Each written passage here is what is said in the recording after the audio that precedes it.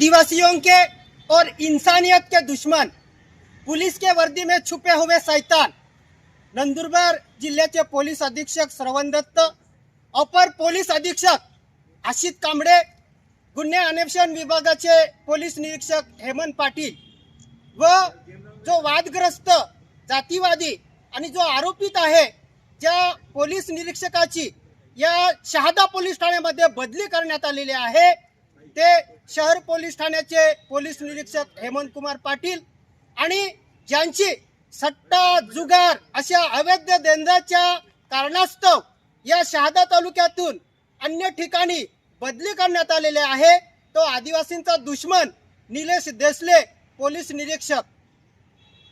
Police हे जनतेचे रक्षक नसून भक्षक आहेत अशी भावना जनतेमध्ये निर्माण होते। जेव्हा काही अशा घटना घडतात, सर्वसामान्य जनतेवरती पोलीसच अत्याचार करतात, तेव्हा अशा संबंधित पोलिसांच्या विरोधामध्ये विरोध दर्शवण्यासाठी अशा पद्धतीने जनता रस्त्यावरती उतरते। जय वडवी या आदिवासी युवकाच्या हत्येच्या निषेधार्थ नंदुरबारमध्ये निघालेल्या मूक मोर्चाच्या कथित दंगल प्रकरणामध्ये अनेक निरपराध लोकांना या पोलिसांनी आपल्या पदाचा व कायद्याचा दुरुपयोग करून खोट्या केसमध्ये अडकवलं, खोट्या गुन्ह्यामध्ये अडकवलं आणि चुकीच्या पद्धतीने माझ्यासारख्या कार्यकर्त्याला रात्री 12:30 वाजता अटक करून पोलीस कस्टडीमध्ये जातीवाचक अश्लील वाईट शिवीगाळ करून अमानुषपणे मारहाण केला आणि जीवे मारण्याचा प्रयत्न केला। त्या पोलिसांच्या विरोधात पोलीस अधीक्षक श्रवण दत्त, अपर पोलीस अधीक्षक आशिष कांबळे, गुन्हे अन्वेषण विभागाचे हेमंत पाटील व हेमंत कुमार पाटील यांच्या विरोधामध्ये मी माननीय न्यायालय नंदुरबार येथे तक्रार नोंद केलेली आहे। त्यांची न्यायालयीन चौकशी सुरू आहे। परंतु या मारहाण प्रकरणामध्ये या पोलिसांनी तो आमच्या वर्षा लाळेच्या विरोधामध्ये आंदोलन करतो, तक्रार करतो, निलेश देसलेच्या विरोधात तक्रार करतो, पोलिसांच्या विरोधात तक्रार करतो, पोलिसांच्या विरोधात बोलतो, भ्रष्टाचाराच्या विरोधात बोलतो, चंदूबाईच्या विरोधात बोलतो, तुला आमदार खासदार याच्याकडून मारण्यासाठी रिक्वेस्ट आलेली आहे असं बोलून बोलून या पोलिसांनी मला अमानुषपणे मारहाण केलेली आहे।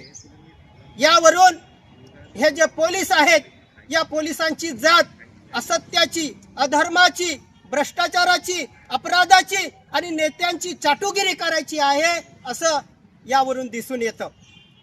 हेमंत कुमार पाटील हे जेव्हा आम्ही या मूक मोर्चाच्या केसमध्ये जेव्हा बॅडमिंटन हॉलमध्ये 142 आंदोलनकर्त्यांना बंदिस्त करण्यात आलं होतं, तिथं आमच्या सर्व आदिवासी आंदोलनकर्त्यांवरती हा जातीवाचक शिवीगाळ करून आम्हाला टॉर्चर करत होता, शारीरिक मानसिक त्रास देत होता आणि मारहाण यांनी केलेली आहे।